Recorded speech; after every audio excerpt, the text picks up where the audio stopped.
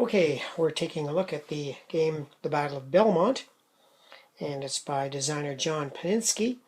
John, I hope I'm saying your name right. And it appeared in Paper Wars issue 87 in the fall of 2017. And a fine-looking game and playing game it is. Let's take a look. Okay, this is an overview of the map. And the map is done by Rick Barber, and I must say it's one of Rick's best-looking maps I've ever seen. It is just terrific. That's the Mississippi River there. That's Columbus, Kentucky on the other side. And this is the Missouri side. And we'll be zooming in and I'll show you close-ups pretty soon. But the map is just a wonder to behold. And you've got your nice charts and tracks over on the right. And I'll give you a bit of an explanation of what you're doing in this game and what it's all about. Okay, let's take a look at the situation from the Union point of view for a moment. The setup line is here, this blue dotted line, and Grant's forces are allowed to set up anywhere behind that line. And he must keep several companies, 5 companies here at the landing. 2 gunboats, Lexington and Tyler, in the Mississippi River. And this is a setup I've done. It's not necessarily the optimum setup. You can do all kinds of variants. It's one nice thing about this game. There's lots of variants in the setup, so each game you play will be slightly different than every time you play it. So overall what Grant's trying to do is push into this area, attack the Confederates here at Camp Johnson, push them into the Mississippi River. Now let's take a look at the situation as the Confederates would see it. Okay, for the Confederates it's somewhat of a surprise attack. This is Columbus, Kentucky here, and the Confederates have some heavy batteries on the bluffs here, and a good portion of the 13th Tennessee Regiment around Columbus. They've got several regiments around Camp Johnson. I've set them up here. You don't have to. You can actually set them in Camp Johnson if you like. I find it's a good strategy to deploy a little bit in advance, try and slow the Union down. Now in real life, like I said, it was a bit of a surprise attack, so Grant got the jump on the Confederates here. He actually got up to Camp Johnson, attacked it, and his men started to loot the place, got a little bit disorganized, and eventually he had to fall back to his boats there and retire back into Illinois. So that's overall how the battle went. And in the game, John has constructed his rules to sort of reflect that. In the initial stages of the game, most of the advantages are with the Union. You've got this rule called Grant's Influence. Little turn track here of 10, and each time Grant uses his influence, this track goes down 1 notch. Basically what it means is Grant can influence the die roll to any, up to 10 melees in the game. There's a bunch of Confederate reserves here, several regiments, 1, 2, 3, 4, 5 regiments that are on the Kentucky side, and they get activated when Camp Johnson is attacked. So the early stage of the game sees the Union attacking the camp, and in the second half of the game, if things are going well, the Confederates are counterattacking, trying to drive Grant back. Let's take a closer look at the counters and the level of simulation. Okay, the level of simulation are our companies. Each one of these counters is a single company. So here we have the 12th Tennessee, 10 companies, and you're allowed to stack 3 per hex. The numbers here are the firepower value, which vary from 1 to 3. So the companies are generally equal, and that's your colonel of the regiment, in this case Colonel Russell. And the color band indicates what regiment they are. All of the regiments are color-coded that way. Union also. These leaders with the red bands are higher echelon leaders like Grant, and in the case of the Confederates, you've got General Pillow, General Tappan. Other generals come in later with those reinforcements if you get to that point. You can see the map is quite beautiful when we zoom in. You've got brush terrain here, fields, very good delineation of roads, and you've got forest. Of course, the Mississippi itself, which is divided into 6 different water bands and that's for the gunboats Lexington and Tyler, which can move along the Mississippi and aid in the Union cause. So this is my first game of the Civil War played at the company level. I played all kinds of games at the regimental, brigade, division, corps, you name it. But company level is new to me. And I must say, John's system here is elegantly clean and a lot of fun. I'll show you how a typical combat works.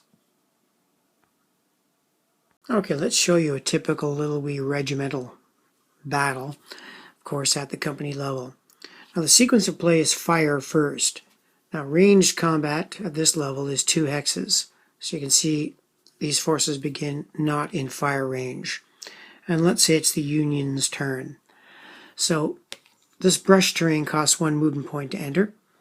Let's do the Union move first, and we'll see how it goes. So I have Company D come in on here, go 1, 2, 3, 4. Company F will come in and go 1, 2, 3.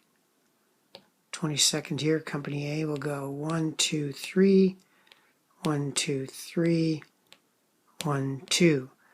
Now, if you intended to melee, you would mark the intended hex to be meleeed. In this case, we'll have, let's say, these 2 guys will attempt to melee Company E of the 13th Arkansas, like so.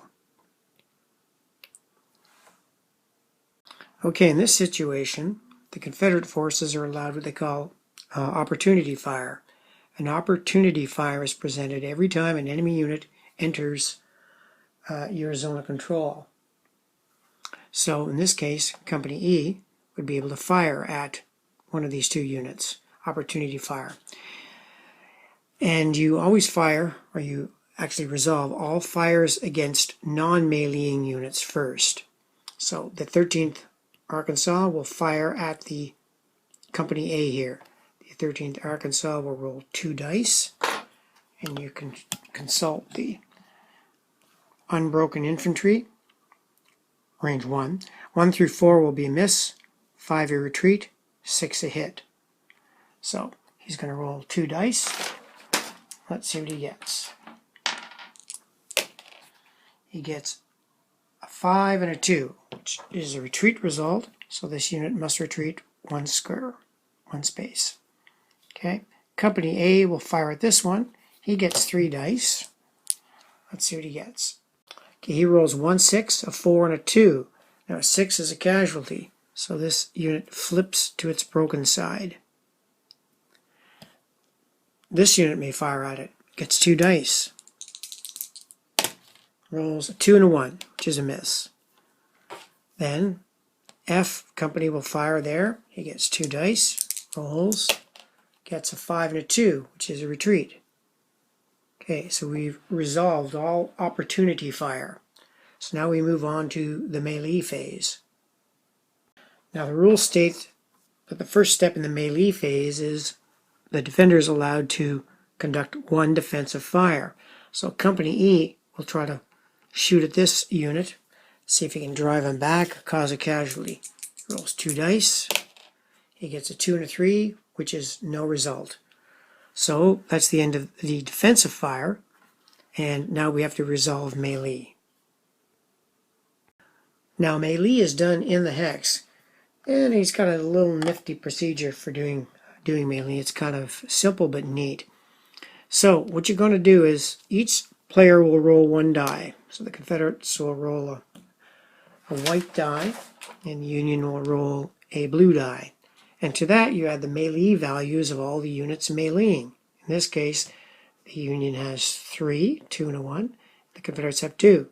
So they're each going to roll 1 die. Union adding 3, Confederates adding 2. What do they get? The Union didn't do too well. So they get 1 plus 3 is 4. And 2 plus 2 is 4, which is a tie. Now, even I'll have to look that up. What's a tie mean in melee? Okay, I've just looked up the tie result, And what happens is the defender scores one hit against the attacker. But I also see I did something wrong, which is a blessing in disguise, because then I can show you a new rule. I was not allowed to have these two units attack that one unit, because that's considered to be a coordinated attack, and you are only allowed to do a coordinated attack when you have a leader. So I did not have a leader present. So let's do that melee over, and it's got to be really two melees. So we'll do this melee number one is this guy going in. The Union player is going to roll one die and add two. The Confederates will also roll a die and add two. And I'll be darned, it's a tie again. Holy cow. All right, so the Union player loses a step. Okay, and that melee's over. Now the second melee will go in. The Union will be rolling one die and adding one. The Confederate will be adding two. Second melee is going in. And the Union finally wins this one. They 5 plus 1 is 6, and 3 plus 2 is 5. So the Union inflicts one step loss on the Confederates. Now, all units are still in the hex, and melee can continue. If one guy wants to retreat, he can retreat. I think the rule is that the attacker decides first. Yeah, the attacker decides first. So in this case, the Union have got their blood up here, so they'll go in again. So the Union will add one to the die, and the Confederate. First melee goes in. This time the Confederates win. And that unit is destroyed. And you put losses over in the USA losses so you can keep track of losses, because that counts for victory points. Okay, melee number two, same deal. Each are going to roll and add one. The Confederates win again. So 22nd Illinois is destroyed into the losses box. So the Confederates successfully held off that attack. Now that's a typical round of combat. And you can imagine with the number of units you've got down the line how involved this combat will be. There's a whole phase for rallying units. That's these broken units. Once you're flipped, you're broken. And you can be rallied by rolling a die. If you happen to have a leader influencing the die roll, you have a better chance of rallying. The game features ranged combat from these batteries on the bluff. Generally their range is 6, so they can pretty well slam into anything that's going to be on the coast here. The Tyler and Lexington can move up the Mississippi River and aid the Union in their attack too. So you've got a lot going on here. It's a really good game. Now one thing about the some other side rules are Grant's influence, which I didn't use in that last melee. Anytime the Union loses a melee, they can burn one notch of Grant's influence and have the attack re-rolled. Now, if I was playing this for competition or something, I would have probably used some of Grant's influence to re-roll some of those attacks that were pretty bad. You're allowed to use one Grant influence for one melee. So if you got a string of bad luck, you can't use Grant's influence to change that for the same melee. But that's a handy rule. You keep victory points tracked of with these little victory point markers.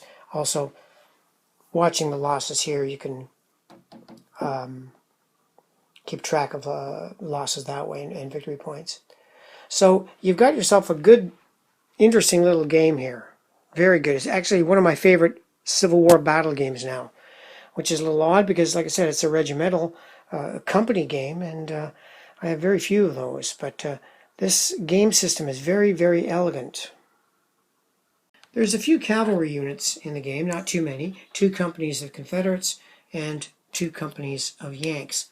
And I really like the way the cavalry works in this game. So many Civil War games I've seen, the cavalry is just like a big fast-moving infantry, attacking, meleeing, doing whatever the hell it wants. And I really don't like that. That was not the role of the cavalry in the Civil War. And on the company level, well, the main job of cavalry is reconnaissance, setting up the situation for the army. And John's got a rule here, and I totally agree with it. The cavalry can only melee broken units. You just didn't get cavalry charging infantry units. So these guys are good for blocking, slowing guys down, and maybe catching the odd broken unit or two. But the cavalry works the way it should in this game. It's a 12-turn game, and a friend and I played till about turn 9 yesterday. He was the Union, but I don't think he was aggressive enough. And by turn 9, he was only attacking Camp Johnson, and already some of my guys from across the river were beginning to cross. So the battle had kind of turned by then. I think if you're playing Union, you're going to have to move fast, be aggressive, get those points for Camp Johnson, inflict as much as you can early on in the game. Because if you wait too long, Confederates are going to cross that river with these tremendous reinforcements and push you back. So it's a good back and forth game, and I think there's a lot of replayability in it. I should mention that this is a chit pull system game, and for some reason this chit pull system works very, very well for this level of conflict. Because you pull these chits, and depending on what chit you pull, those are the unit types you're allowed to move. So in this case, the Union would be able to move their cavalry. After they do their movement, you'd pull another chit. In this case, it would be the 31st Illinois that can move. Now, for the first half of the game, they've got this confused orders chit for the Confederate, which is tossed in there. And when you're pulling chits, if you get the confused orders, John's got a terrific little system for rolling in a die to see if the unit involved gets clear orders or confused orders, and they can stray off 1 or 2 X's or maybe just not obey your commands, which is kind of neat. And for the second half of the game, the confused orders chit is taken out for the Confederates and the Union one put in, so the Union can get confused orders for the second half. So you've got a lot going for you in a game that has, I didn't count the pages, but I think it's about 15 or 16 pages. I made little copies of the terrain effects charts, which are on the rules. Nice glossy rules. Of course, the magazine is always well done, Paper Wars. We've got an article by John on the Battle of Belmont. General Grant's Introduction to Civil War Combat. Nice magazine. Nice components. Like I said, you've got the great Rick Barber map. So I can't say enough good things about Belmont. It's a great little game. I highly recommend it. I certainly will be playing it. Well done, John, and thank you for watching.